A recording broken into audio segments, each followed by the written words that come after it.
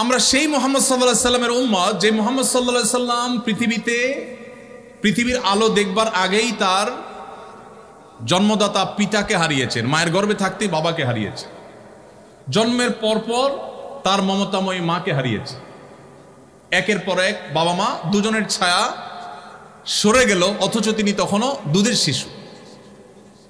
এরপর তার একমাত্র অভিভাবক দাদা আব্দুল মুত্তালেব সামান্য সময় পার হতে না হতেই তার কৈশোরেই তার সে অভিভাবকের ছায়াও সরে গেল, তিনিও মারা গেলেন। তার জীবনের সবচেয়ে কঠিন বছর যেটি আমাল হুজন বলা হয়েছে সিরাতের বইয়ে, সেই বছরে তার সবচেয়ে বড় অভিভাবক একদিকে চাচা আবু তালেব, অপরদিকে ঘরে স্ত্রী মা খাদিজা রাদিয়াল্লাহু তাআলা আনহা, আমাদের উম্মুল মুমিনিন এবং তার স্ত্রী খাদিজা রাদিয়াল্লাহু তাআলা আনহা, এই দুজনের ছায়া একসাথে উঠে গেল। একের পর এক পায়ের নিচ থেকে মাটি সরে যাচ্ছে। এরপর যখন মক্কায় তিনি সবচাইতে সম্ভ্রান্ত বংশের, সবচাইতে সম্ভ্রান্ত ফ্যামিলির, সবচাইতে মর্যাদার জায়গা ছিলেন, যে মক্কাবাসী তাকে তার বিশ্বস্ততার কারণে আল আমিন উপাধি দিয়েছিল, সেই মক্কার মানুষরা তার বিরুদ্ধে এতটাই ষড়যন্ত্রে মেতে উঠল, তাকে ধ্বংস করবার জন্য এতটাই তারা উদ্যত হলো যে তাকে তার মুখের উপর থুতু মারতেও তারা দ্বিধা করল না। তাকে শারীরিকভাবে হ্যারাসমেন্ট করা হলো, নানাভাবে অপমানিত করা হলো। মুহাম্মদ সাল্লাল্লাহু আলাইহি সাল্লাম এই সকল বাধা ডিঙ্গিয়ে সামনে অগ্রসর হচ্ছিলেন। একটা পর্যায়ে তার মাতৃভূমিতে তাকে থাকতে দেয়া হলো না, মক্কা তাকে ত্যাগ করে চলে যেতে হয়েছে রাতের অন্ধকারে, তাও শান্তিতে যেতে দেয়া হয়নি। বহু লোকচুরি করে, বহু প্ল্যান প্রোগ্রাম করে তাকে মদিনায় হিজরত করতে হয়েছে। মদিনায় যাওয়ার পর সেখানে একটু শান্তিতে কোথায় দিন কাটাবেন, সেখানেও শান্তিতে থাকতে দেওয়া হলো না। একটি রাত তার জীবনে তাকে নিশ্চিন্ত ঘুমাবার সুযোগ দেয়নি মক্কার মুশরিকেরা। কখনো চাপিয়ে দিয়েছে বদর, উহুদ, খন্দক, কখনো বা তাবুক, কখনো বা অন্য কোনো যুদ্ধ। এত বাধার পাহাড় ডিঙ্গিয়ে মদিনায় আসার পর মাত্র 10 বছর সময় পেয়ে গোটা পৃথিবীর পট পরিবর্তন করে দিয়েছে। কেন আপনাকে সিরাত জানতে হবে? কারণ আপনি সাকসেস তরুণ হতে চান, সাকসেস মানুষ হতে চান, সফল মানুষ হতে চান।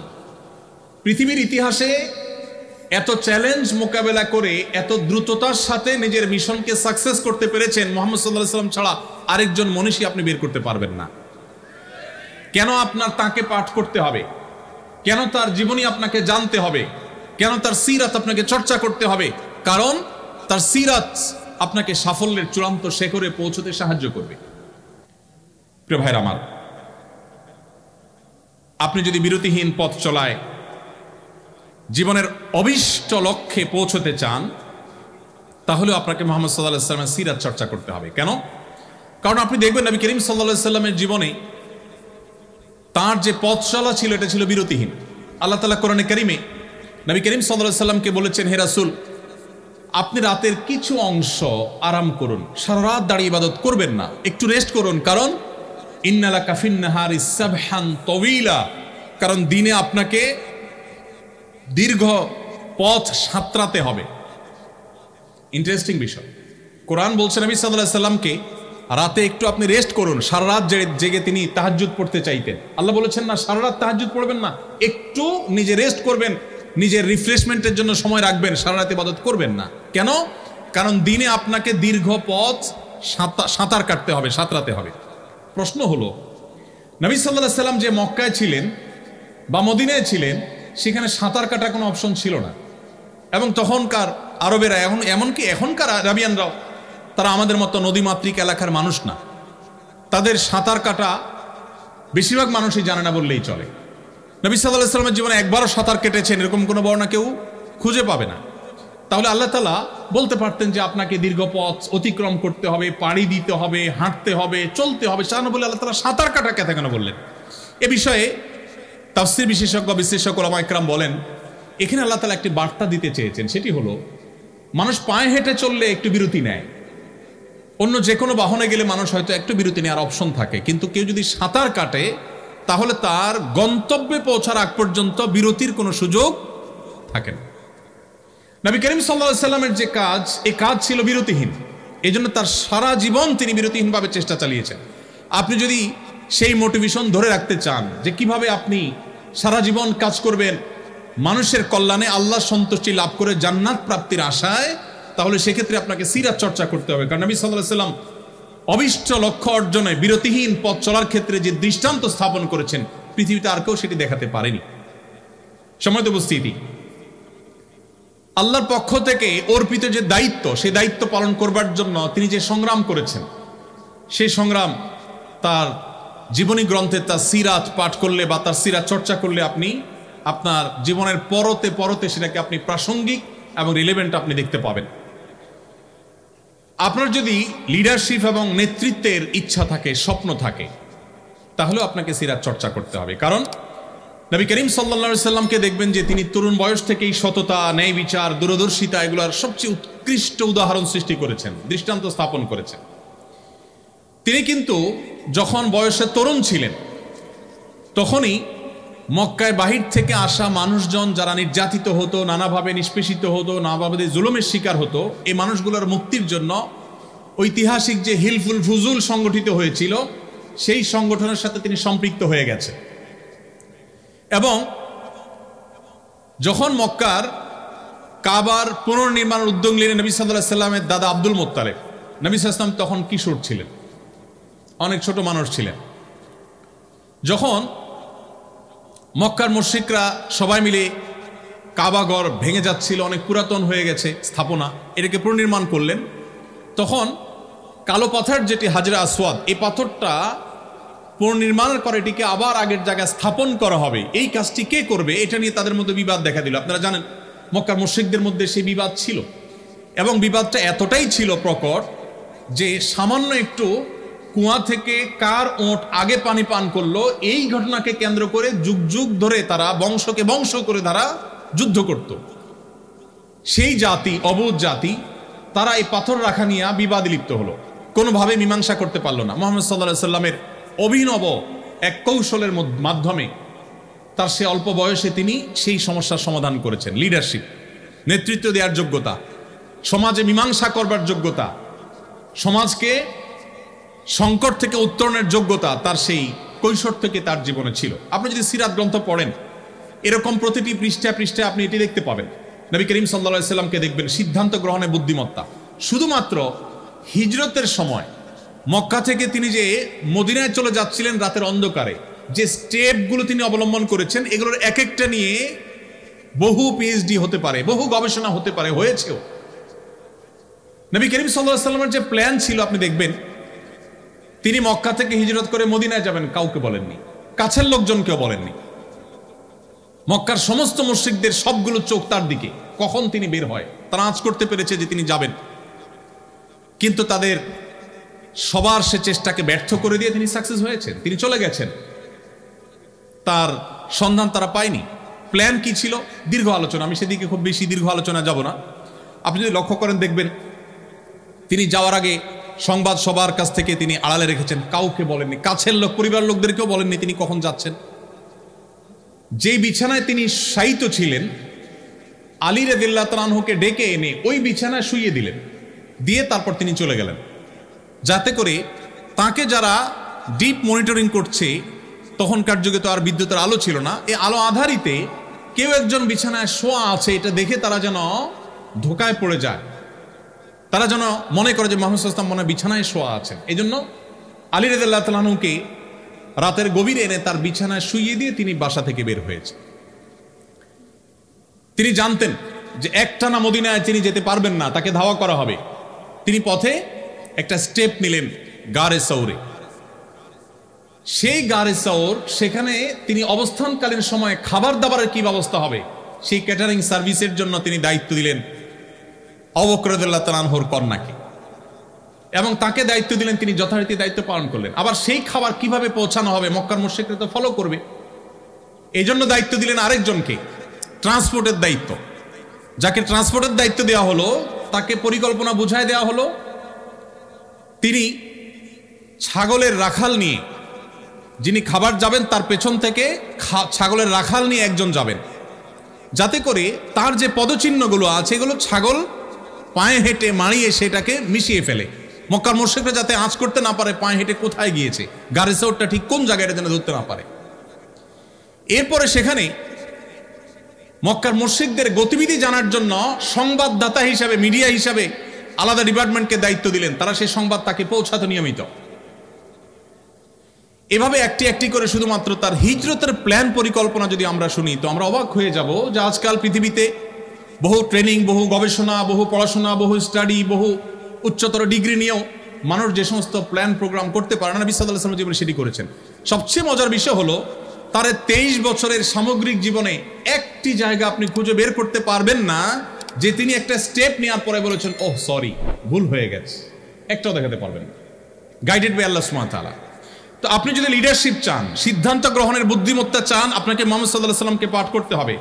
আপনি যদি সহযোগিতা এবং পরামর্শ ভিত্তিক সমাজ গড়ে তুলতে চান, প্রতিষ্ঠান গড়ে তুলতে চান, আজকে পৃথিবী জনগণের মতামত নিয়ে সরকার গঠন করার কথা বলে।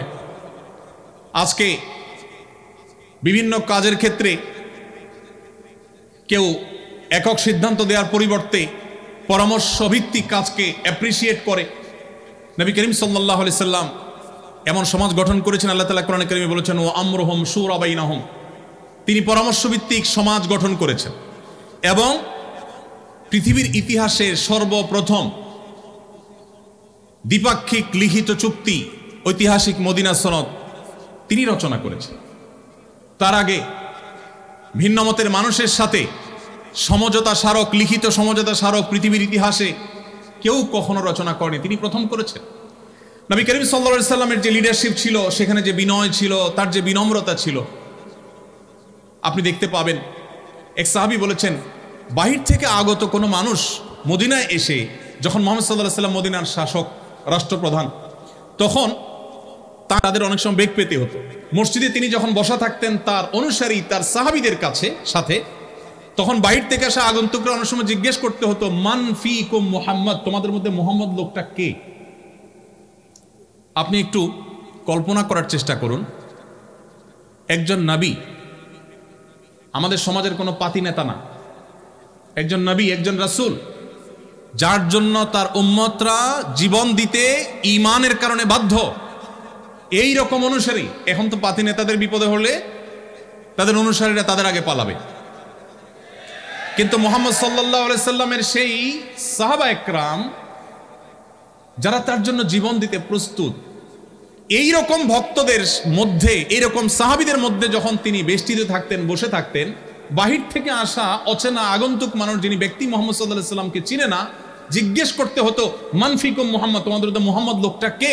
তার বসার বিনয়ের ভাব কেমন ছিল যে তাকে আলাদা করে খুঁজে বের করা যেত না। তার অ্যাটিটিউড দেখে, তার বসার স্টাইল দেখে বিনয় কাকে বলে পৃথিবীকে শিক্ষা দিয়েছেন মুহাম্মদ সাল্লাল্লাহু আলাইহি সাল্লাম। আমাদের সমাজে যে পরিমাণ সভাপতি আর সহসভাপতির বাম্পার ফলন হয়েছিল আপনারা জানেন। রাস্তাঘাটে, বাজারে, বন্দরে যেই কোনো নেতা যদি হেঁটে যান আর সাথে নেতার অনুসারী বা চামচারা থাকে, নেতাকে আর অনুসারীকে এটাকে জিজ্ঞেস করার কোনো দরকার হবে? কেন হবে না? নেতার জামার যে মার, পাঞ্জাবির যে কড়কড়া মড়কড়া মরমড়া ভাব, নেতার যে হাবভাব, নেতার যে উসফুস, নেতার যে স্টাইল, তার যে অহংকার, তার যে অহমিকা, এটা দেখে একটা শিশুরও বুঝতে কষ্ট হবে না যে এখানে নেতাকে আর অনুসারী কি। মুহাম্মদ সাল্লাল্লাহু আলাইহি সাল্লাম বিনয়ের সে দৃষ্টান্ত স্থাপন করেছেন যে অনুসারীদের মধ্যে থেকেও তিনি এমনভাবে হারিয়ে যেতেন যে তাকে আলাদা করে খুঁজে বের করতে হতো। তার বসার মধ্যে এরকম কোনো আজকালকার বিশ্বের নেতাদের মতো কোনো অহংকারী দৃষ্টিভঙ্গি কখনো ছিল না, সেরকম ভাব কখনো ছিল না। আপনি যদি লিডারশিপ শিখতে চান তাহলে আপনাকে মুহাম্মদ সাল্লাল্লাহু আলাইহি সাল্লামকে কেন পাঠ করতে হয়? ভাইরা আমার, আপনার লিডারশিপের জন্য আরেকটা জিনিস প্রয়োজন হলো অন্যকে অনুপ্রাণিত করবার ক্ষমতা। অন্যকে অনুপ্রাণিত করবার যে ক্ষমতা মুহাম্মদ সাল্লাল্লাহু আলাইহি সাল্লামের আছে, পৃথিবীর ইতিহাসে কোনো কেউ মানুষকে এত বেশি অনুপ্রাণিত করতে পেরেছেন আমার মনে হয় শুধু মুসলিম নয়, আমার অমুসলিম বন্ধুরাও যদি নিরপেক্ষভাবে বিশ্লেষণ করেন, বিবেচনা করেন, আমার মনে হয় তাদের কাছে দিনে আলামত পরিষ্কার হবে যে মুহাম্মদ সাল্লাল্লাহু আলাইহি সাল্লাম যেভাবে মানুষকে অনুপ্রাণিত করতে পেরেছেন, এতটা অনুপ্রাণিত, এতটা মোটিভেটেড পৃথিবীর ইতিহাসে কেউ কোনোদিন কাউকে করতে পারে ১৫০০ বছর পর আজও তার কোনো নির্দেশ পেলে মুসলমানরা জীবন দেওয়ার জন্য প্রস্তুত হয়ে যায়, সর্বস্ব ত্যাগ করার জন্য প্রস্তুত হয়ে যায়। আপনি আর কাকে দেখাতে পারবেন? নেতা বক্তব্য দিয়ে বের হলেই অনুসারীরা ভাঙচুর শুরু করে দেয়। নেতা বের হতে না হতেই নেতার নির্দেশ পায়ের নিচে পিষ্ট করে ফেলে, ভুলে যায় মানবীয় প্রকৃতি, বাস্তবতা। মুহাম্মদ সাল্লাল্লাহু আলাইহি সাল্লাম ১৫০০ বছর আগে কোনো কথা বলে গেছেন, ১৫০০ বছর পরও লক্ষ লক্ষ কোটি কোটি মানুষ পেঠা সেটাকে পুঙ্খানুপুঙ্খ রূপে বাস্তবায়ন করবার জন্য জীবন বাজি দিতে পর্যন্ত প্রস্তুত। আপনি যদি পৃথিবীকে মোটিভেটেড করতে চান, আপনি যদি আপনার জাতিকে জাগ্রত করতে চান, আপনি যদি আপনার জাতির লিডারশিপের দায়িত্ব নিতে চান, মুহাম্মদ সাল্লাল্লাহু আলাইহি সাল্লামের জীবনী চর্চার কোনো বিকল্প আপনার সামনে পথ খোলা নেই। সম্মানিত উপস্থিতি, আপনি যদি ঐক্যবদ্ধ করতে চান আপনার জাতিকে, বিশ্ব মানবতাকে, আপনি যদি মানুষের প্রচেষ্টাগুলোকে একত্র করতে চান, সেক্ষেত্রে আপনাকে সিরাত চর্চা করতে হবে। আল্লাহ রাব্বুল আলামিন কোরআনে কারিমে একাধিক জায়গায় বলেছেন নবী সাল্লাল্লাহু আলাইহি সাল্লামের অবদানের কথা। বিশ্ব মানবতার প্রতি তার যে সমস্ত অবদানগুলো ছিল, এর মধ্যে থেকে অন্যতম অবদান ছিল তিনি মানব জাতিকে কখনো বিভক্ত করেননি, ঐক্যবদ্ধ করার চেষ্টা করেছেন। যারা তার ধর্ম অনুসরণ করে নাই, যার কথা মানে নাই, তাদেরকেও শান্তিপূর্ণভাবে সমাজে বসবাস করবার অধিকার তিনি এমনভাবে বাস্তবায়ন করেছেন, অন্য ধর্মাবলম্বী যারা মুসলমানদের সাথে শান্তিপূর্ণ সহাবস্থানে বিশ্বাসী, যারা মুসলমানদের সাথে নানাভাবে নানা চুক্তিতে তারা আবদ্ধ, সেই রকম অন্য ধর্মাবলম্বীদের কাউকে যদি হত্যা করে কোনো মুসলমান হত্যা না, কোনো অমুসলমানকে যদি এভাবে হত্যা করে, নবী করিম সাল্লাল্লাহু আলাইহি সাল্লাম সেই মুসলমানকে শাসিয়েছেন, সতর্ক করেছেন যে সে যত ভালো কাজ করুক, যত নেকামল করুক না কেন, জান্নাতের গ্রাণ পর্যন্ত সে মুসলমান পাবে না।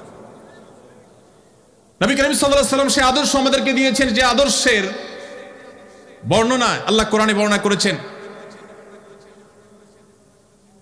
যে সমস্ত অন্য ধর্মাবলম্বী মুসলমানেরা তোমাদেরকে যুদ্ধ চাপিয়ে দেয়নি, তোমাদের দেশ থেকে বের করে দেয়নি, শান্তিপূর্ণ সহাবস্থান করছে, অন্য ধর্মের মানুষ কিন্তু তোমার সাথে শান্তিপূর্ণ সহাবস্থান করছে। লা ইয়ানহাকুমুল্লাহু আনিল্লাযীনা লাম ইউকাতিলুকুম ফিদ-দীন ওয়া লাম ইখরিজুকুম মিন দিয়ারিকুম আন তাবাররুহুম ওয়া তুকসিতু ইলাইহিম, তাদের প্রতি সদাচরণ করতে, ভালো আচরণ করতে, ন্যায়নিষ্ঠ আচরণ করতে আল্লাহ তোমাদের বাধা দেয় না, বরং ইন্নাল্লাহা ইউহিব্বুল মুকসিতিন, সেই অমুসলিমদেরকে, অন্য ধর্মাবলম্বীদের প্রতি ন্যায়নিষ্ঠ আচরণকারীদেরকে আল্লাহ তাআলা ভালোবাসেন। আজ সংখ্যালঘুদের অধিকারের কথা শুনবেন, যারা আমাদের সকাল বিকালে সবকটা দেয় যে সংখ্যালঘুদের পরে আমাদের দায়িত্বশীল হতে হবে, তাদের দেশগুলোতে আপনি দেখবেন সংখ্যালঘুরা সবচেয়ে বেশি নির্যাতিত। মুসলমানরা সব যে একেবারে পবিত্র দুধের দোয়া বা সবাই যে বলে উঠবে, আমি তা বলছি না, কিন্তু ইসলাম সেই ধর্ম, যেই ধর্ম অন্য ধর্মাবলম্বী বা ভিন্ন মতের মানুষদেরও বেঁচে থাকা শুধু নয়, সম্মানজনকভাবে বেঁচে থাকা, তাদের অধিকারের ব্যাপারে আমাদেরকে সতর্ক করেছে। এই জন্য আপনি দেখবেন মুহাম্মদ সাল্লাল্লাহু আলাইহি সাল্লামের শুধু আচরণের কারণে অজস্র অমুসলিমেরা ইসলামের ছায়া তুলে এসেছে। ভাইরা আমার, আপনি যদি আপনার জাতিকে ঐক্যবদ্ধ করতে চান, আমি আপনাকে অনুরোধ করব আপনি আউস এবং খাজরাজের ঐক্যবদ্ধ হওয়ার ইতিহাসটা কোরআন থেকে একটু পড়ে নেবেন। আল্লাহ রাব্বুল আলামিন কোরআনে সেটি উল্লেখ করেছেন যে আউস এবং খাজরাজ দুটি গোত্র মদিনার, তারা পরস্পরের মধ্যে যুদ্ধে লিপ্ত ছিল যুগ যুগ ধরে। বাবা মারা যাওয়ার সময় ছেলেকে ওসিয়ত করতো, বাপ আমার প্রতিপক্ষের সাথে যুদ্ধ শেষ করে যেতে পারলাম না, সমূলে শেষ করে যেতে পারলাম না, ওসিয়ত করে যাচ্ছি যুদ্ধটা তুই চালায় যাস। এই ছিল তাদের অতীত, এই ছিল তাদের ইতিহাস। মুহাম্মদ সাল্লাল্লাহু আলাইহি সাল্লামের সান্নিধ্যের সৌরভে যুগ বা বছরের প্রয়োজন হয়নি, তার সান্নিধ্যের সৌরভ এতটা আকর্ষণ করত, এতটা স্পর্শ করত, এতটা মোটিভেটেড করত যে মুহূর্তের মধ্যে ঈমান আনার পর তারা এতটাই পরিবর্তিত হলো যে একই প্লেটে, একই দস্তরখানে বসে তারা খাবার খাচ্ছিলেন। একজনের জীবন রক্ষা করার জন্য আরেকজন জীবন দিতে তারা কার্পণ্য করেননি। আল্লাহ তাআলা কোরআনে কারিমে সেটিকে বিভিন্ন জায়গায় উল্লেখ করেছেন। এই জন্য আপনি যদি জাতিকে, বিশ্ব মানবতাকে ঐক্যবদ্ধ করার কাজ করতে চান, আপনি যে কোনো সেক্টরে ঐক্য এবং সম্প্রীতির বন্ধন তৈরি করতে চান, মুহাম্মদ সাল্লাল্লাহু আলাইহি সাল্লামকে আপনাকে চর্চা করতে হবে। আপনি দেখতে পাবেন সেই মক্কা থেকে আসা, হিজরত করে আসা মুহাজির সাহাবীরা কিভাবে মদিনার সাহাবীদের কাছে আপন হয়ে গেছে। তারা যখন এসেছেন মদিনায়, মদিনার সাহাবীরা বললেন যে আমাদের ব্যবসার অর্ধেক দিয়ে দিচ্ছি আপনাদেরকে। কেউ বা ব্যবসার অর্ধেক অফার করলেন, কারোর একাধিক স্ত্রী আছে, তিনি বলেছেন যে ঠিক আছে আমার একজন স্ত্রী, আমি তাকে ডিভোর্স দিয়ে দিচ্ছি, আপনার স্ত্রী রেখে এসেছেন, সংসার আপনার জীবন সবকিছু বিপন্ন প্রায়, আপনাকে আমি আমার ভাই হিসেবে এই সুযোগ দিচ্ছি যে আমার ডিভোর্স হয়, স্ত্রীর সাথে আপনি বিবাহ বন্ধনে আবদ্ধ হতে পারেন, বিবাহ আপনি করতে পারেন, ব্যবসার অংশ নিতে পারেন, ইত্যাদি ইত্যাদি। মক্কা থেকে আসা সাহাবীরা বলেছেন তাদের সাথে কিছু নেই, সব সহায় সম্পদ রেখে আসতে হয়েছে। পৃথিবীতে আজও তো বহু শরণার্থী শিবির পৃথিবীর দেশে দেশে আছে। মুহাজিররা যে শরণার্থী হয়ে বা মুহাজির হয়ে মক্কা থেকে মদিনা এসেছেন, মুহাম্মদ সাল্লাল্লাহু আলাইহি সাল্লামের নেতৃত্ব, তার সিরাত এর সৌরভ সান্নিধ্য তাদেরকে কি করেছে, তারা যখন অফার পেয়েছেন মক্কাবাসী তাদেরকে তাদের সম্পদের অর্ধেক দিয়ে দিতে চেয়েছেন মদিনাবাসী, তখন তারা বললেন না, সম্পদের অর্ধেক দেওয়ার প্রয়োজন নাই, আপনারা আমাদেরকে বাজার দেখিয়ে দিন, আপনাদের বাজারে গিয়ে আমরা পরিশ্রম করব, ব্যবসা বাণিজ্য করব, কেনাবেচা করব, এই দেশের অর্থনীতিতে আমরা অবদান রাখবো, অর্থনীতির চাকাকে আমরা সচল করব, আমরা আপনাদের বোঝা হতে চাই না, আমরা এখানে এসে আপনাদের অর্থনীতিতে ভূমিকা রাখতে চাই। তারা রেখেছেন, প্রতিষ্ঠিত হয়েছেন, মদিনাকে সমৃদ্ধ করেছেন, সবচেয়ে বেশি সমৃদ্ধ করেছেন মুহাম্মদ সাল্লাল্লাহু আলাইহি সাল্লামের নেতৃত্বে। ভাইরা আমার, এভাবে আপনি যদি অর্থনৈতিক মুক্তির কথা বলেন, অর্থনৈতিক মুক্তি আমাদের এই দেশের জন্য খুব বেশি গুরুত্বপূর্ণ। ভাইরা আমার, আপনারা জানেন আমাদের একটা কালভার, একটা ব্রিজ, এটা করতে হলে বিদেশের দিকে তাকাইতে হয়। তারা আমাদেরকে কিছু টাকা পয়সা দেয়, লোন দেয়, আল্লাহর হস্তে না, লোন দেওয়ার পর সাথে 10টা 20টা শর্ত দিয়ে দেয়। লোন দেয় ব্রিজ করার জন্য, শর্ত দেয় আমার পাঠ্য বইয়ে আমার ছেলে মেয়েকে কি পড়াতে হবে সে বিষয়। লোন দেয় তারা আমাদের অবকাঠামো উন্নয়নের জন্য, শর্ত দেয় এদেশের মুসলিম, হিন্দু, খ্রিস্টান, বৌদ্ধ সকল ধর্মের মানুষের ধর্মীয় মূল্যবোধ পরিপন্থী বিষয়কে সমাজে পুশ করাবার জন্য। ভাইরা আমার, এই সুযোগ তারা এজন্য পায় যে আমরা অন্য অনেক দিক থেকে বাহ্যিক মুক্তি লাভ করলে অর্থনৈতিক মুক্তি আমাদের হয়নি। আপনি যদি অর্থনৈতিক মুক্তি লাভ করতে চান, কিভাবে? খালি হাতে মক্কা থেকে আসা হাজার হাজার অগণিত মুহাজির সাহাবীদের কিভাবে সমৃদ্ধ করেছেন নবী সাল্লাল্লাহু আলাইহি ওয়াসাল্লামের বলিষ্ঠ নেতৃত্ব, তার প্ল্যান, কিভাবে মদিনার সমাজকে প্রতিষ্ঠিত করতে ভূমিকা রেখেছেন, আপনার তাকে অনুসরণ করতে হবে। মুহাম্মদ সাল্লাল্লাহু আলাইহি সাল্লাম মুহাজির এবং আনসারদের মধ্যে যে ভ্রাতৃত্বের বন্ধন তৈরি করেছেন, তার একটি ঘটনা বলে আমি শেষের দিকে যাব। নবী করিম সাল্লাল্লাহু আলাইহি সাল্লাম একবার শুনতে পেলেন দুজন সাহাবী, একজন মুহাজির, একজন আনসার, একজন মদিনার মানুষ আর একজন মক্কা থেকে আসা মানুষ, কোন একটা বিষয় নিয়ে মানুষ হিসাবে বাদানুবাদ হয়েছে, পানি তোলা নিয়ে সম্ভবত বাদানুবাদ হয়েছে।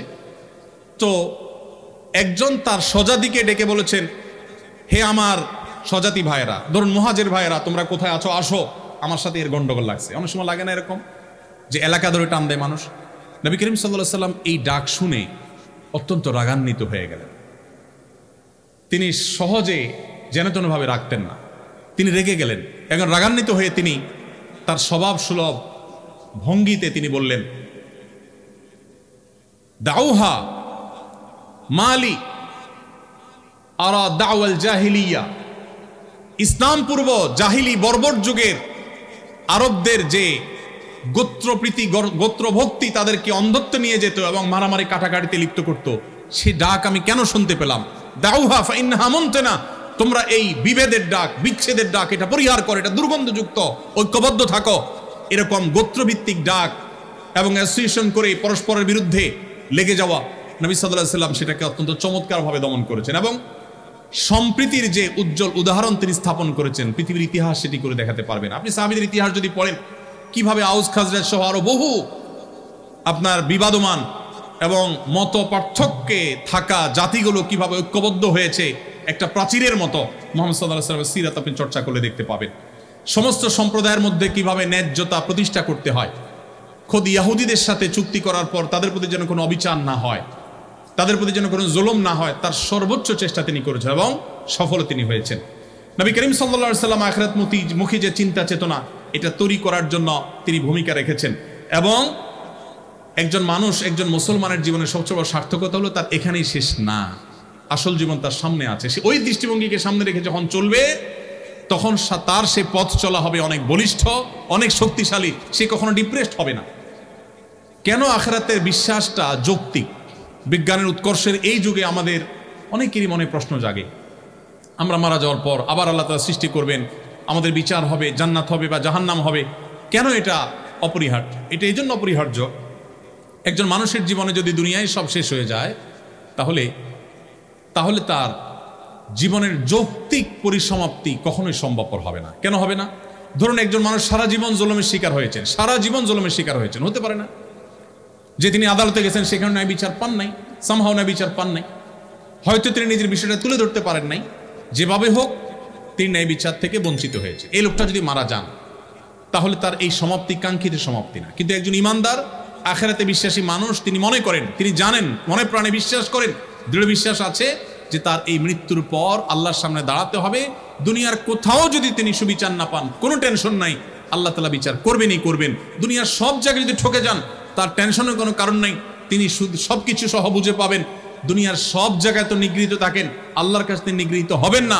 এই যে আখিরাতের প্রতি বিশ্বাসের যৌক্তিকতা, প্রয়োজনীয়তা, এটা মানুষের জীবনের যৌক্তিক পরিসমাপ্তি এবং এন্ডিং দিকে মানুষকে নিয়ে যায়। মুহাম্মদ সাল্লাল্লাহু আলাইহি ওয়াসাল্লাম সিরাত পাঠ করলে আপনি সেই যাত্রা এবং সেদিকে আপনি যেতে পারবেন। ভাইরা আমার, এর ফলশ্রুতিতে আপনার ইবাদত এবং কর্মের মধ্যে অপূর্ব সমন্বয় এবং ভারসাম্য আপনি সৃষ্টি করতে পারবেন। দায়িত্ববোধ এবং জবাবদিহিতার চেতনা তৈরি হবে। যে আল্লাহর প্রতি বিশ্বাস করে, আখিরাতের প্রতি বিশ্বাস করে, তার ভিতরে আখিরাতের প্রতি জবাবদিহিতার বোধ তাকে সবসময় মনিটরিং করে, সে কখনো ভুল পথে পরিচালিত হতে পারে না। আমরা নামধারী মুসলমান যারা আখিরাতের প্রতি বিশ্বাস দুর্বল, আমরা হয়তো একদিকে মুসলমান দাবি করছি, আবার অন্যায় অনাচারে লিপ্ত হচ্ছি। সত্যিকারের মুসলমান এবং আখিরাতে বিশ্বাসী হলে সে কখনো সে নিজের বিশ্বাসের পরিপন্থী কাজ করতে পারে না। এই জন্য নবী সাল্লাল্লাহু আলাইহি ওয়াসাল্লাম সিরাত এটা কেন আমাদের জন্য আজ গুরুত্বপূর্ণ? কারণ সেটি আমাদের জীবনে জবাবদিহিতার চেতনাকে তৈরি করবে।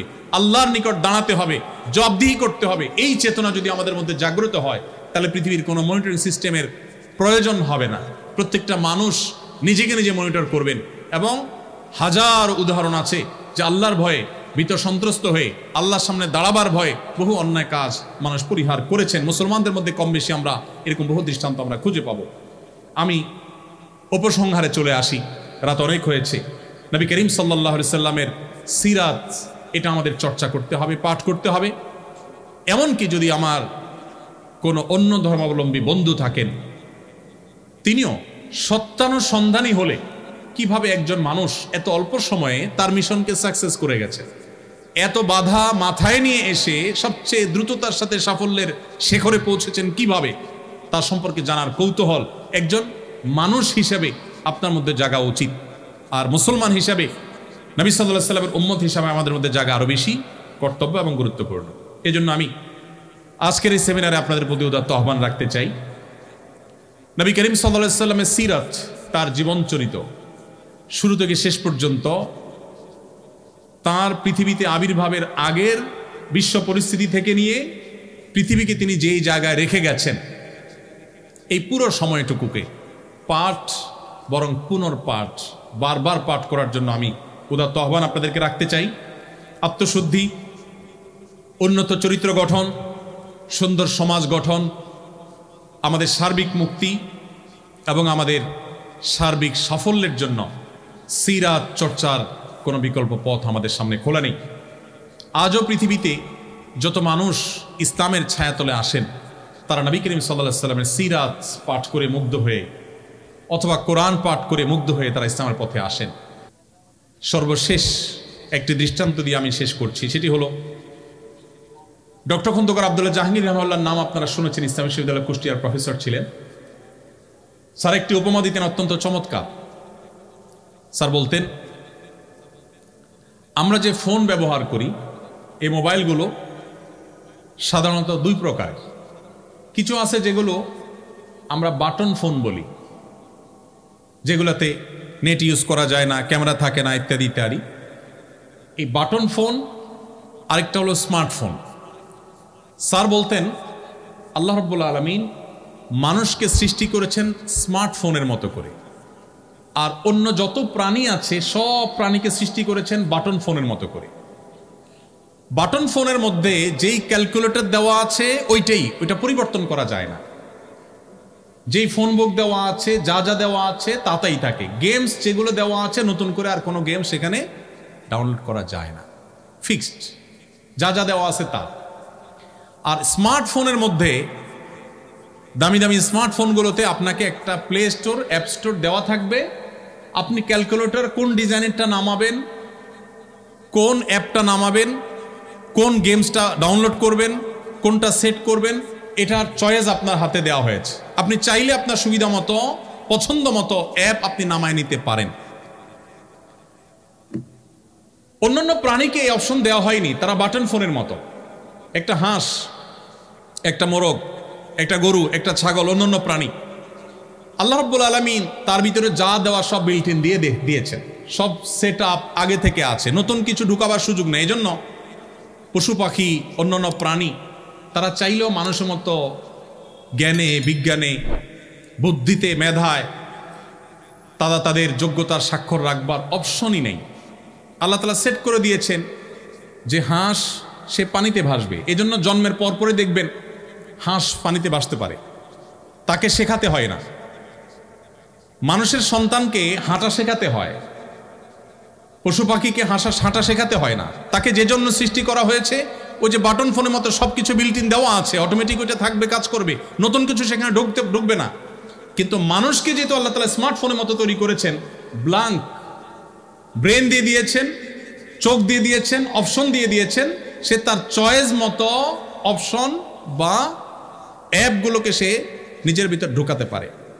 কেন মুহাম্মদ সাল্লাল্লাহু আলাইহি সাল্লামের জীবনী চর্চা প্রয়োজন? কারণ আল্লাহ তাআলা আমাদেরকে স্মার্টফোনের মতো তৈরি করেছেন। সো আমরা যদি ভালো কিছু আমাদের ভিতরে ধারণ করি, তাহলে তার রিফ্লেক্ট আমাদের জীবনে পড়বে। আমরা যদি ভুল কিছু ধারণ করি, তার রিফ্লেক্ট আমাদের মধ্যে পড়বে। এজন্য আমাদের এই জীবনকে আলোকিত করবার জন্য, সমৃদ্ধ করবার জন্য আমাদের জীবনের পদে পদে মুহাম্মদ সাল্লাল্লাহু আলাইহি সাল্লামকে পাঠ করতে হবে, তাকে ডাউনলোড করতে হবে, তাকে ধারণ করতে হবে এবং তাকে চয়েস করতে হবে। কারণ মানুষ অনুসরণ প্রিয়, কাউকে না কাউকে সে অনুসরণ করে, কারণ না কারোর দ্বারা সে প্রভাবিত হয়।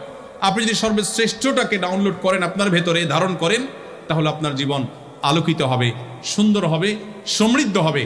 আপনার আলো দ্বারা আলোকিত করতে পারবেন আপনার সমাজকে, আপনার আশপাশকে, বিশ্ব মানবতাকে, আপনার প্রিয় স্বদেশকে। আল্লাহ রাব্বুল আলামিন আমাদের সবাইকে সিরাতে রাসূলের আলো দ্বারা আলোকিত হওয়ার তৌফিক দান করুন।